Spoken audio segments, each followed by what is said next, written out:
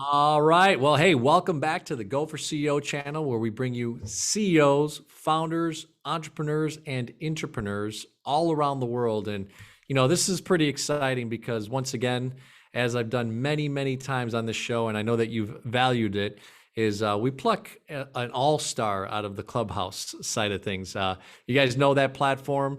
I have been so encouraged because of the relationships I've been able to build, and this gentleman is nothing, less than spectacular because of just, the background that he has. We're kind of in similar industries, so we really relate. He's a great, genuine person and a phenomenal leader, been in business for 20 plus years. So super excited for you, Go for CEO community, to get to learn from the man, Kyle Griffith. He's actually a managing partner with NYBB Group, also the commercial real estate division. And then he founded a company which is really revolutionizing the way that people kind of go to market for M&A. So, and it's actually called M&A with a different twist in spelling. So, Kyle, welcome to the Go for CEO channel. Hey, what's happening, John? I'm so excited to be here. Appreciate the opportunity to chat, and we have connected. What's been over a year now, I think it is. Yeah, just about a year. We just gelled, man. Sometimes you meet someone and you get a good vibe and you get a good impression. And I definitely appreciate all the great work you're doing. You're an exceptional entrepreneur, and I've been following you all along and learning and connecting. And especially the platform you have here for Go for CEO is all about providing value, giving back, and educating small business owners. So, hey, I'm humbled, and I appreciate the opportunity to connect and share with your audience. Awesome, brother. Well, hey, super excited to have you. And look, I mean, obviously, one of the things that the Go for CEO community has really enjoyed is it's SMEs, right? Small to medium-sized enterprises. It's founders, it's entrepreneurs, it's people like yourself that even on the NYBB group, you kind of led into the leadership side. So why don't you give us a little bit of a taste of Kyle Griffith, the person, the man, right? And then some of the ideas that came about, because I think we always enjoy hearing like, what was that moment, or what was that maybe that scenario that got you into that entrepreneur side? So take it away. Hey, John, you only got 40 minutes, right? So do you want the Cliff Note version, or do you want the Cliff Note of the Cliff Note version? How about the Cliff Note? And then I do have some other questions, so we want to allow for some questions. Yeah. So what clicked for me, man? So I've always been entrepreneurial. I've always been business minded from the days selling lemonade and selling books for my church. I'm from the island of Trinidad. It's a tiny island that's known for natural gases and oil. My dad was in the oil business, and my mom was in fashion. So from a young age, I was always been entrepreneurial. Came to the US, wanted to blaze my own pathway, and learned the hard way that you need to have some good people around you and some good resources. But I'll tell you this much, sometimes you need to learn and get some bruises and bumps and bruises along the way. And that's kind of what happened. But from a very young age, I've always wanted to be in small business, and I'm just excited to helping people in their journeys as well. That's fantastic. So really the relationship with what you grew up in, the environment, obviously your parents, you just mentioned with a big heartfelt scenario. So what was maybe one thing that you picked up that was pretty clear that your dad had on the business side?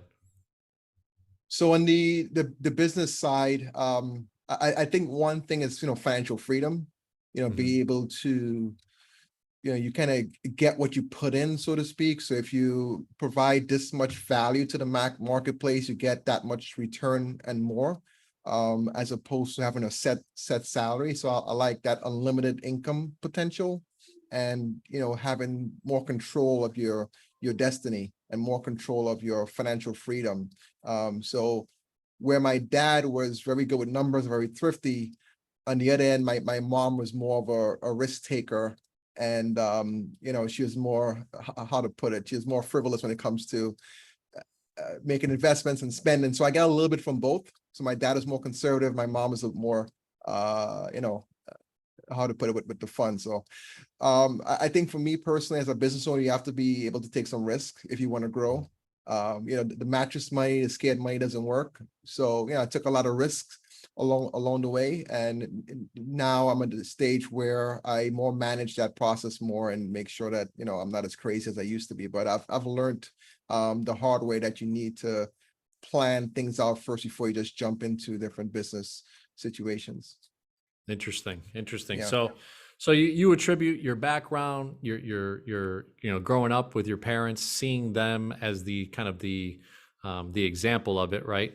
When you get to the United States, what are some things that you did to start to prepare? Was it more education, quote unquote? Was it being mentored? What are some ways that you get to the point where you now are obviously a managing partner and the founder of M&A Network? So it's a little bit of everything. So I went to Brooklyn College, and my major initially was accounting, and I slowly switched that to business finance. Mhm. Um, at a certain point in my tenure at college, I realized that I want to be in business management, running companies. I did get mentored along the way. I had a couple millionaires that I did mentor with, and seeing the success that's available. When it's so spectacular, man. Sometimes you have to see it to believe it. Mhm. There's a lot of scriptures that tell you have to have faith and belief. So faith and belief is very important. But when I saw what was possible with my own eyes, that kind of opened things up for me that, hey, I definitely need to be in business and have some more control of my destiny. Yeah, yeah, Yeah. it made me think, and instantly, I remember the first time I saw someone's bank account that was successful, Yeah. and the multiple zeros with commas in it, and I was like, I've never seen that before. Typically, growing up, at best was five figures. But when I saw that multi commas in a bank account, I was like, wow, man, I agree Yeah. with you. There certainly is that mix of faith, belief, and proof in the pudding, right? So, all Yes. right, so Yes. let's get into the minutia, because I know people are wondering, like, well, okay, NYBB, I'm going to go Google that. Obviously, you're going to share some ways to communicate with you and your team, at the end of the interview here. But tell me a little bit about NYBB and your journey with them, and what is it?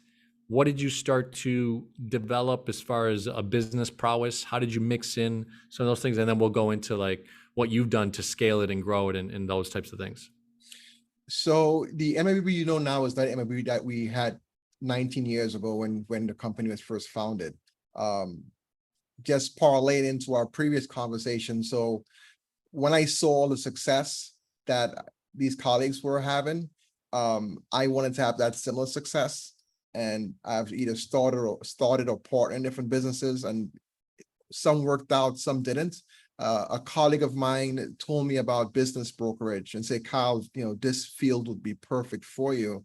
And when he told me about business brokerage, in my mind, I was thinking, wow, I'm going to get a chance to sit down and interview like how you're doing now, right? Interviewing me. I'll get a chance to meet all of these successful business owners, learn how they have grown their business, how they've built their business, how they've valued their business, how they've sold their business, and so on. Get to learn what they did so I can implement it in my own business. I also wanted to learn from their mistakes, because a lot of times you can learn more from the mistakes of others as opposed to the successes, right? So that was my parlay into the business. However, I got really fired up about it. I get really fired up in working, helping people buy companies, help people sell companies. And I was looking for a company that I could, hang my hat with. And I interviewed 3 companies. And at that time, I connected with the NYBB group. And I mean, it's history, we have grown a lot since when I first started with the firm. When we first started, we were selling Main Street companies. When you say Main Street, smaller mom and pop, restaurants and smaller businesses. Mhm. And we decided that in order to scale the business, we have to be in a marketplace that you can create, you can actually predict who your clients are going to be. Give you an example. If you're selling a restaurant, to find a buyer for that restaurant, you cannot go out and handpick who that prospective buyer is going to be, right? If you're selling an HVAC company, you can essentially find other HVAC companies or other folks in that space that are licensed or in the plumbing, electrical, or especially trade space that would be a good fit for that industry. So we wanted to service different verticals that way we can have a quicker ramp up and work in sectors that we can create multiple sales and so on. So we have grown from mid-business brokerage. Now we are a full service mergers and acquisition firm, and our clients' revenues are 5 million and up.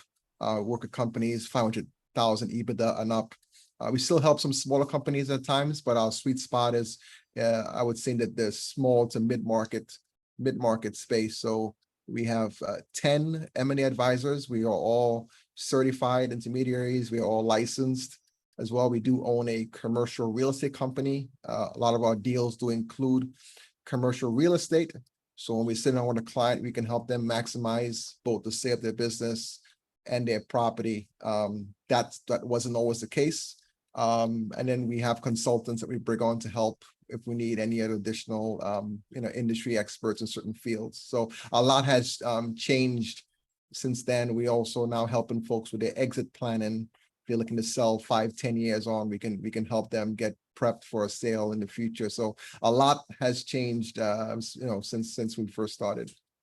I love it. I love it. Well, the part I think that I'd love to go a little bit deeper on is, you had the background of your parents, you came to the States, you kind of tried and juggled different things. Some worked, some didn't.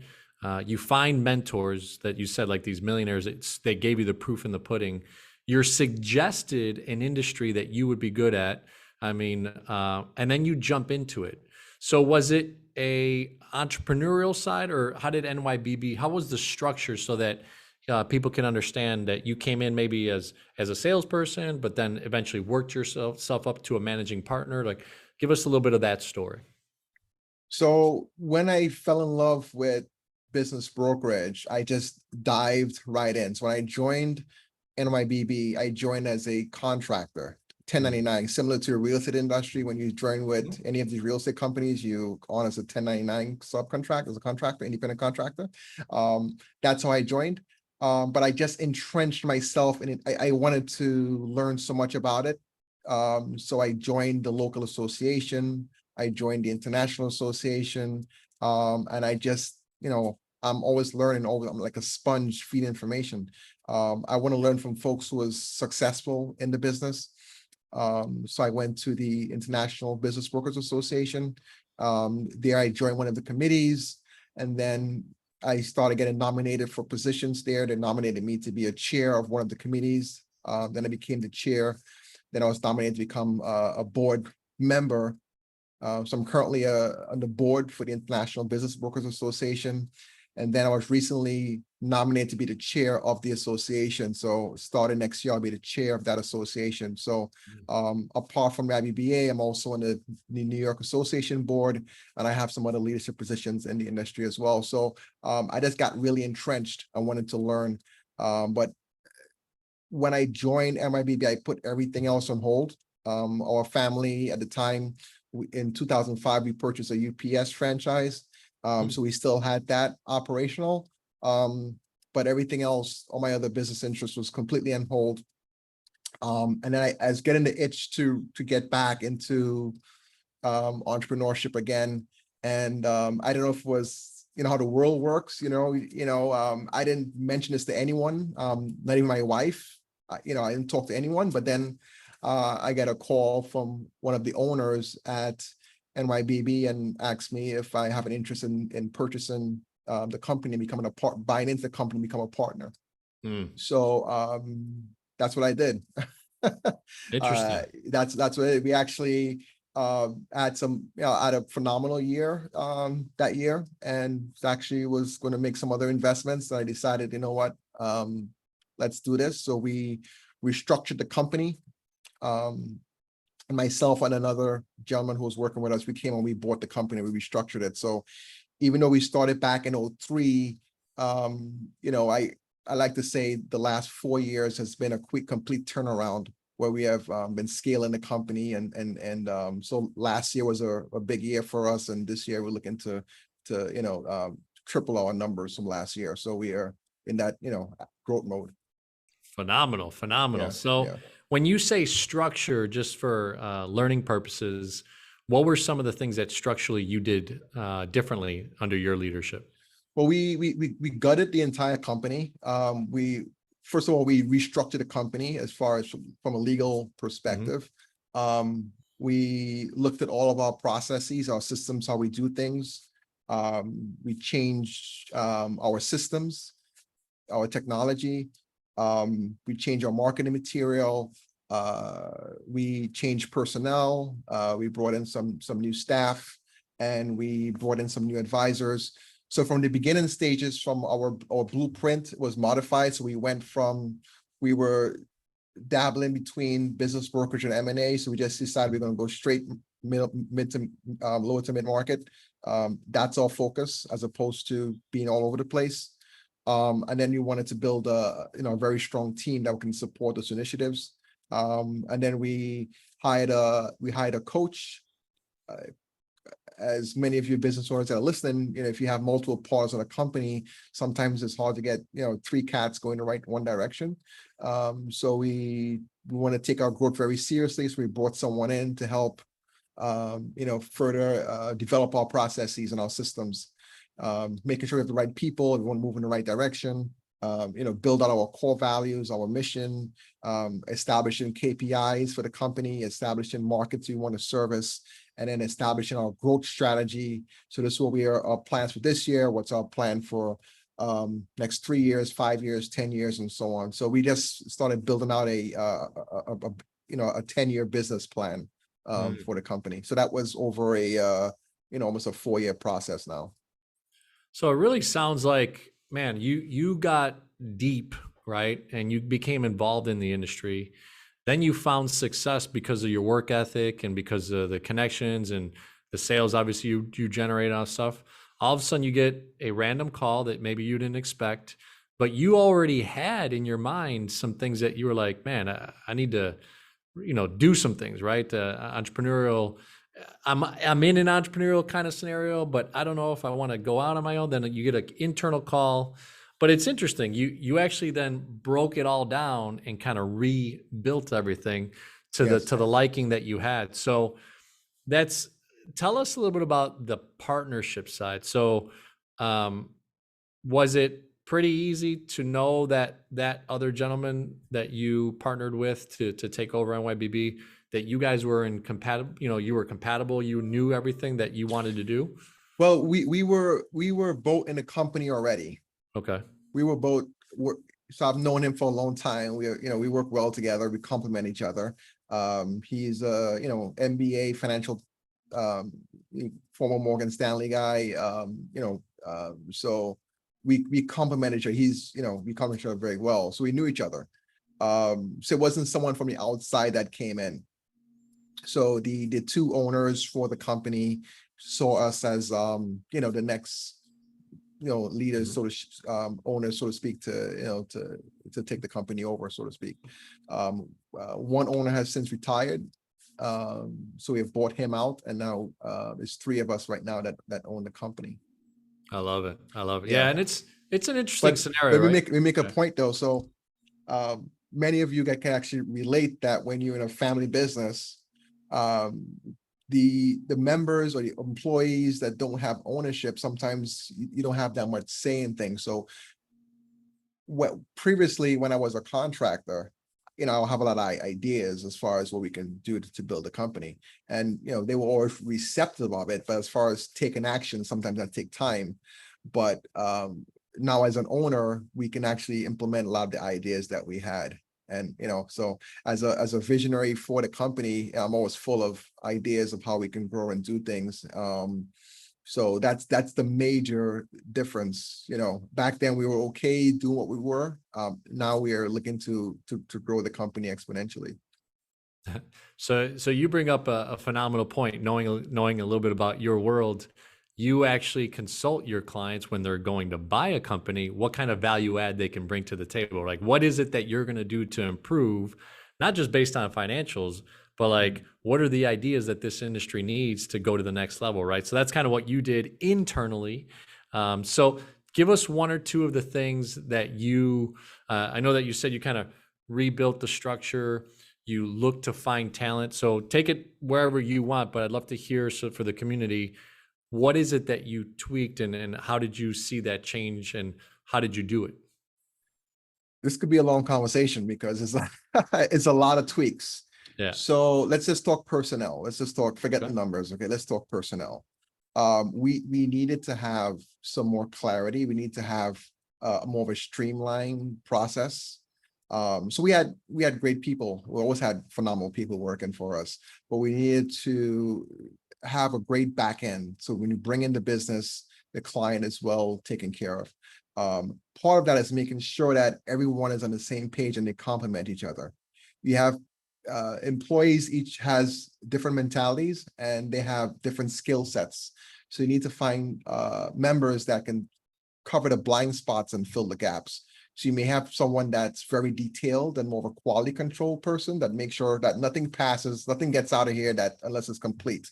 You may have someone that goes out, contacts the clients, they engage with them and having that great relationship and connection with them, having them all warm and fuzzy and cool. And you have another person in the team that's more of the nurturer and like the glue for everyone and so on. So we've been building a workforce that is that works well together and serves each one of our purposes. We wanted to make sure that we're not boggled down in the weeds and in the details. So one of the changes we have made some tweaks in our team, and we have someone that actually does what we call, a client engagement. They're a deal engagement manager. So they manage all the clients and make sure that they're well taken care of and everything is moving smoothly. We have someone in the back end that very extremely detailed. Nothing gets past her.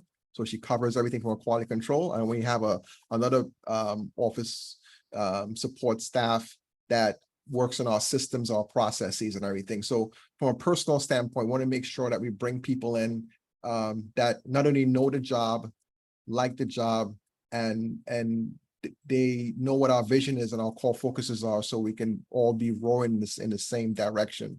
So that's one thing from a personal standpoint. From a number standpoint, we're just kind of understanding what numbers we need to hit on a weekly basis. So we have weekly check-ins. So we have meetings every week and we have different KPIs that we track. And if any one of those KPIs are off track, we have a serious discussion about that, how we can fix that. So it's right away we can implement it. We know our numbers, what we need to hit. We can pull reports. That's one thing. And then the other aspect is getting feedback from clients as well. Getting feedback and having us understand what their impression is, also we can make better on next time around. I think getting feedback from your customers and your clients is very important. Top of my head, those are the three I can think of, but there are many others. We just moved into a new office space, so getting employee morale up in a bigger office where folks can do more and have more light coming in and so on. So but those are the main things. But most importantly, having the right people. I think with any business, you want to make sure that you have the right personnel that are committed. If you stop making money next week, they're not going to try looking for a job. That they're so loyal, they believe in the mission of the company that they will stick around until things get back in the order and get up and up. Because as a business, your numbers are going to fluctuate. It's not always going to be skyrocketing, but yeah, those are the three main things. I love it. I mean, I think you went deep into the insights of what you were already thinking before you got the offer extended to you, right? So it's interesting that it took you to then take that leap of faith to become a managing partner, to invest not only what you had already done, which was what your time was, but some work ethic, some sweat equity, and then some real equity to make changes. It sounds like too that you made the changes that were needed for this organization to truly grow, right? Or else it would have stayed kind of stagnant in the same way that you had already been operating for a long time. Is that fair to say? Hey, John, I'm gonna say this is a team effort. So I'm very blessed. I'm thankful to have phenomenal partners. My partners Lou and Anthony. I mean, I'm thankful every day to have two awesome. I can have any better partners. Our staff and employees are phenomenal. We have awesome advisors on our team that are very humble. They don't talk about their achievements. They're very humble. So when I got into this, I first got it, I didn't really know what to expect. I just know I had ideas because of my involvement with the Brokers Association. Like I saw what was possible. I saw the success that was possible. And sometimes what works for other people doesn't always work for you or for us, right? So we have to figure out how we can tweak our process, to make it better. One thing that we did do, we joined a peer group mastermind. So we are part of a larger company called Cornerstone International, and we meet the principals, we meet monthly, and then the staff. So our admin staff and the admin staff of all the companies meet monthly, and then the valuation teams meet monthly as well. And we talk about best practices, what works for each one of the firms. So that's what I'm saying. I'm not going to take all the credit because this is more of a collective effort from all of my team members, all our affiliates, and we just help make each other better. But yeah, it has been a great ride, and but this is just the beginning, man. We just now we just now getting started, No, I love it, and I understand, and I think the community here, as they're listening to you, gets what you're saying, because truly, yeah, I mean, you don't get to where you've been without the foundation that was started with the original founders, right? Then Yeah. they bring you in with the other gentleman that's a partner of yours from Merrill and or Morgan Stanley, sorry, and then that vibe creates that momentum that just takes it to the next level together, right? So awesome stuff. So give us a little insight, tweaking some things for you personnel wise. I'd love to go deeper on recruitment. How did you start to look at that? Like what were maybe some of the descriptions that you were looking for? And then as you went through that process and started initiating conversations or interviewing people, what were some things that came up to light and said to yourself, okay, this will work well with Joe or Sally or whoever? So when you think of recruiting, we have two levels of recruitment. One is recruitment for mergers and acquisition advisors. So essentially the salespeople, right, that are going to work with the clients and work the deals. There's also the staff recruitment. So let's talk about the advisors firsthand. We have included software into our processes. So before we'd be like, someone wants to join our firm, we sit down with them, tell them what we do, we learn about them. We don't do that anymore. They have to do 2 assessments. So they do one assessment first. If they pass that assessment, we provide them with another assessment. So we use a software called Predictive Index. So I'm sure you've interviewed a ton of people. Sometimes what's in their resume and what they say doesn't really match, right? I can remember a month back, I had this really sharp guy that we would have hired. I mean, he was saying all the right things, but I'm looking at his predictive index. Like you are an underwriter, right? You are an analyst. You are someone that's going to be in a room crunching numbers, which is fine. That's okay. We can still utilize your skills. But what I'm looking for hunters. I'm looking for people who can go out and speak and engage with clients, learn from them, learn how we can help them, and so on. But on the interview, John, he said all the right things. He said, that's what I do. I can do all that stuff. So part of our process is they interview with each one of the partners. So on one side, I'll say, this might be a good guy, but I wasn't so sure about it. So my partner did the second interview and so on. So part of it is just utilizing some technology into our interviewing process. And also what we do now, we hire more for passion, and we hire more for core values. They have to fit into our culture and our team here, and then everything kind of falls into play after that. Everyone has to get so once they're hired, they go out, they have to go take the classes, they get certified, they have to go get their real estate license and all of that, like all that stuff you can learn. But passion and joy and enthusiasm for you, and just being excited for what you do, you can't really teach that stuff. So that's what we hire for. And for the staff, similar process. They do the same assessments. Similar conversation. We just hiring for for different roles. Interesting. Yeah. So I will say it's interesting to kind of have now an upfront, I guess, filter per se, right? With the software and the things that can give you some predictive scenarios.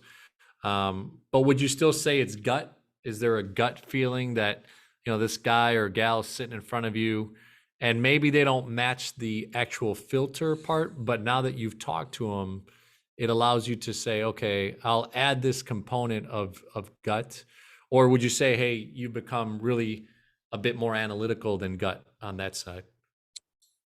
So you can be analytical and still be a great fit. Mm, But yes, there's always gut, there's always intuition, mhm, but think about when you're hiring an employee, you're making a major investment. You can mhm, spend, if that salary for the employee is 100 grand, you can make a hire that can cost you not even 100 grand. It can cost you 100 grand for that role that you spent. Also the loss of opportunity and the training time and efforts. Because I do all the training for the mm, advisors. So I'm going to take time away from clients to train someone, time away from deal making to train someone. So you have to factor in all of that. So I love the idea of hiring slow and firing fast, yeah. right? So we want to make sure whoever comes on board is it's a good fit. But yeah, I mean, you have to go with your gut, have to go with your intuition. But I use that as more as a final, we have they take the assessments, they go through the interviews. So you have the data, and then the, Mhm. the gut the gut is just another aspect, another metric that completes the hiring decision. And then it has to fit on the team as well. We have an awesome team here, so they have to you know be on the right same page with everyone else. Mesh in, correct. Yeah, Yeah. awesome, awesome. So let's end up. There's one little area that people love to talk about, which is marketing. So I'd love to hear some of the things that you've been able to see from your beginning parts to when you became a partner to then obviously the marketing that you guys deploy, either from an internal perspective of a development officer or just the company itself and how you market. So why don't we spend a few minutes on that? And then at the end, what we typically talk to our client or to our interviewees is, C is for client experience, which you kind of touched on, which I love, employee engagement or just engagement in general, and then operational excellence. So, but let's go into marketing. What have you decided over the last few years and the team that is really a marketing effort that you guys do? Yeah. So I think the key thing, you want to be an expert in a niche. So when we Mm, first started, we were more general. So now we are more vertical focused. So we have a healthcare vertical. We have logistics vertical. We have a what do you call specialty trades, which is HVAC, plumbing, electrical. So we have established these particular verticals. We can go out with a very core message in those specific areas. We also hired a marketing person as well, that can help implement and execute in those different key areas. A lot is different from now when I first started. And when I first started, I was pounding the streets and canvassing. So after those years, people kind of get to know you. So majority of our business has come from referrals. About 90% of my business, is referrals. But we have a lot of, our marketing engine is insane. We have a lot of online marketing that goes on. I have 2 employees. All they do is make calls every day, 4 hours a day. They make phone calls. We have a lot of digital marketing that goes on as well. So anyone that joins our team, they get access to our marketing engine. We do tons of mail, phone calls, email marketing, and what has been very successful for us is just developing relationships with folks that we can service and help.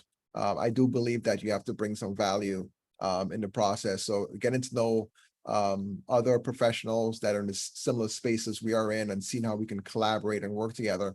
And that actually has been one of when it comes to our clients, has been one of our challenges. Client comes and they want to sell their business. They want to sell like right away. I don't blame them. You want to, exit as soon as possible. But, there's 3 things you need to exit your business. You need a motivated seller. You need a marketplace that's looking to buy a business. You need a lot of activity in that space. and the business has to be ready for sale. And a lot of times the business is not ready for sale. Most business owners, they look at their business. You think of, I like to use the used car analogy, right? You want to sell the used car. If you vacuum it, you detail it, you might get a little bit more. You might need some paint job, get a little more, new tires and so on. Like staging a house almost. You have to get the business prepped and ready. So out of that concept, an idea came to me that I needed to create a company that I can put together a team of advisors that can service these business owners. So I started and founded a company called Eminae Network. So we have 40 advisors on that company that provide consulting and education to companies from startup to exit, how to grow their company, how to scale their company, how to sell their company. And, I'm all about education. I want to educate business owners, help them get their objectives met, and educate other advisors as well. I need to know a little bit about a lot of different things. I need to know a little bit about finance, legal, insurance, HR, IT, a whole bunch of stuff. And the more I learn, the more I can be of value and be a resource to our clients. So that's one thing that we have in our marketing. We have implemented, working with other advisors. I work with other brokers as well. So that's been part of our marketing process. All right. Awesome. Well, look, we could probably go 3 hours, brother, because, like you've said, you've put in the time, the effort. It's really cool to see. And I think the Go for CEO community, is going to really enjoy this interview. The way that we end our interviews is talking about CEO, right? So client experience, engagement, and operational excellence. So probably take 30 seconds to a minute. And share with me kind of that value proposition, right? So when you think about client experience, what comes to mind as the heart of what you guys bring to the table? So one of our philosophy is our core values that business is personal, right? There is a person behind that business. There's a person behind that corporation, right? So we want to bring that personal, that human touch, right? So when we engage with our clients, we're not speaking at them, they're not speaking at us. We are connecting. I really want to learn who they are, what they're about. Sometimes, majority of the times, our conversation is not even on business, it's on family. We're talking about troubles and challenges they have with their family, and their family can be employees, and partners, right? Talk about their partnership disputes and things that are going on in the business. That personal touch, really connecting and understanding them to meet their objectives. Like I mentioned earlier, we have created a client engagement manager. So that person is accountable for connecting with the clients and making sure that their needs are met. They're getting reports, they know where they're at in the stage of the process and so on. So that's one thing that's very unique to us. We also are team oriented. What that means is we collaborate internally, and every client has at least 2 advisors that work with them. So if one is out on vacation or one needs coverage, one is sick or whatever, there's always two advisors that work with them, plus the staff. So that's an area of excellence that we are striving to even surpass every month over month. Man, it's great investments, and obviously what's making you guys soar to the top of the industry.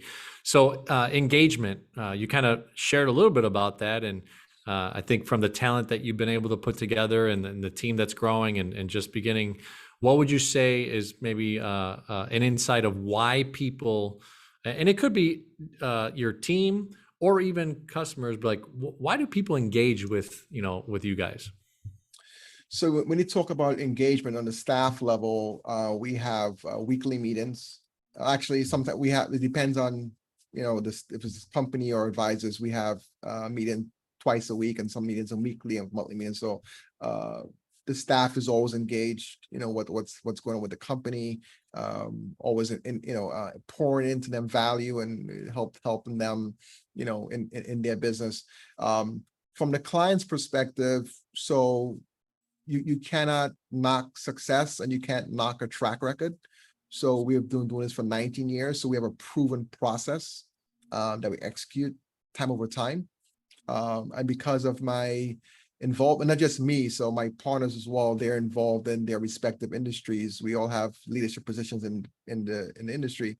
I get a lot of data. So one committee that I serve on is called the Market Pulse Committee with IBBA.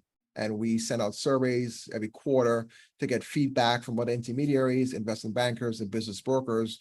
How long you take to sell businesses, what are you selling, what's hot, what's not, what are some issues you're seeing or challenges you're seeing right now in the marketplace. So we bring all that data back. So that's pretty unique to us. I mean, other brokers have access to it, but we are actually implementing that in our process. We send out these reports to our other centers of influence and our clients. So not only get our data, they get our client data. So I would say what's unique about us, we have a track record. We have a proven process, and we bring that investment banking level of service, that world-class service, to the lower mid-market for not the same price. We're in a space that's fragmented, that needs that service.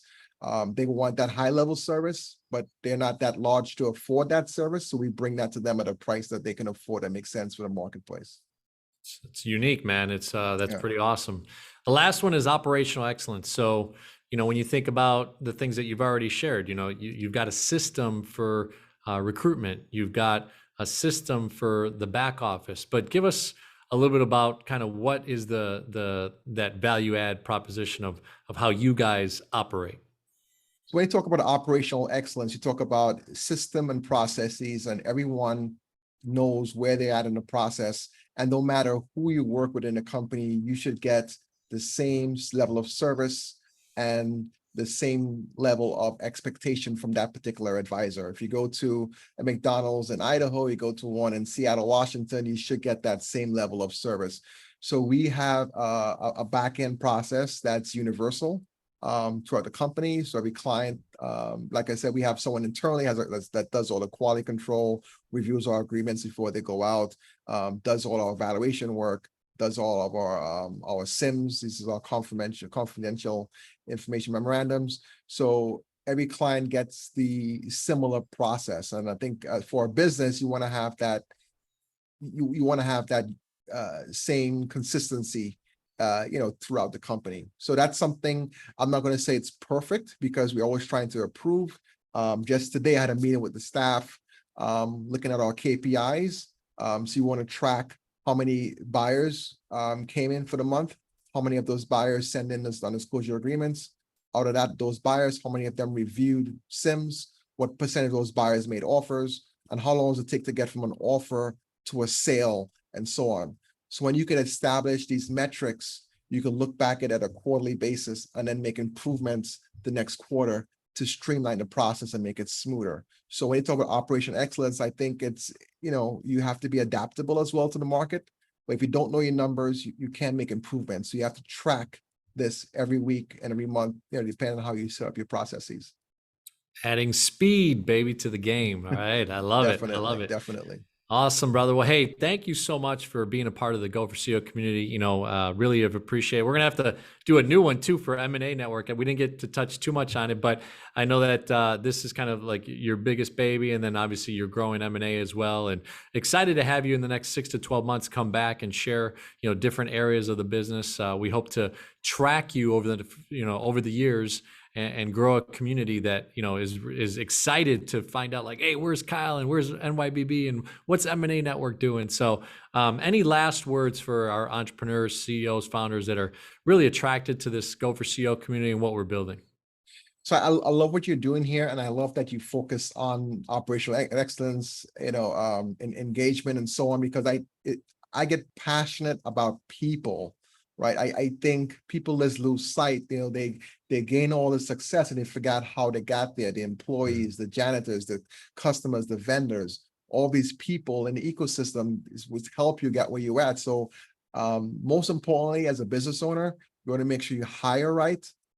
Take your time hiring. If you need to consult with an HR consultant, so I want to help you vet and interview employees, you want to do that. When you hire them, you want to keep them, you want to retain them, you want to train them, right? You want to train them, make sure they know their roles, make sure they want, not only they can do the roles, that they want to do it, right? So you want to hire right, you want to train right, you want to be flexible as well. I think that's one of the biggest concerns that employees have, that the employees are flexible. And there was a study that came out that said one of the reasons why employees leave because they're not appreciated. So you want to empower your staff, give them some, some things to do that can stretch their minds and give, create some more confidence and empower them in their role. So I'll leave you at that, John. Awesome. Awesome, brother. Well, hey, man, I appreciate it. And ladies and gentlemen, if you are new to the channel and your first time watching, you just got a treat listening to Kyle Griffith, and just the power and the strength that he shares. Subscribe to the channel because I didn't say that at the beginning. I am John. Subscribe to the channel, share the channel, share this interview. We'll have it on LinkedIn, we'll have it on YouTube and all the other great social media outlets. And hey, by the way, leave a comment for Kyle because I know he'll interact with this. And, if they want to get a hold of you, Kyle, what is the best way to get a hold of you and your group? So you want to go to my company website, which is the NYBBgroup.com. That's THENYBBgroup.com. Or you can just Google my name, Kyle Griffith. It should populate somewhere there. Or you can go to my other company's website, which is Eminae Network, EMINAE Network.com. Or just Google Eminae. You should find me. LinkedIn is my home base. You can look me up on LinkedIn and just reach out, say you heard me on John's program, and let's connect, man. Let's build people's businesses, right, John? How's it going? That's right. What John the Bomb, building others means business. That's what this is all about, man. Awesome, brother. Well, hey, thank you so much, and we look forward to having you back on the Go for CEO channel soon. Thank you. Appreciate it.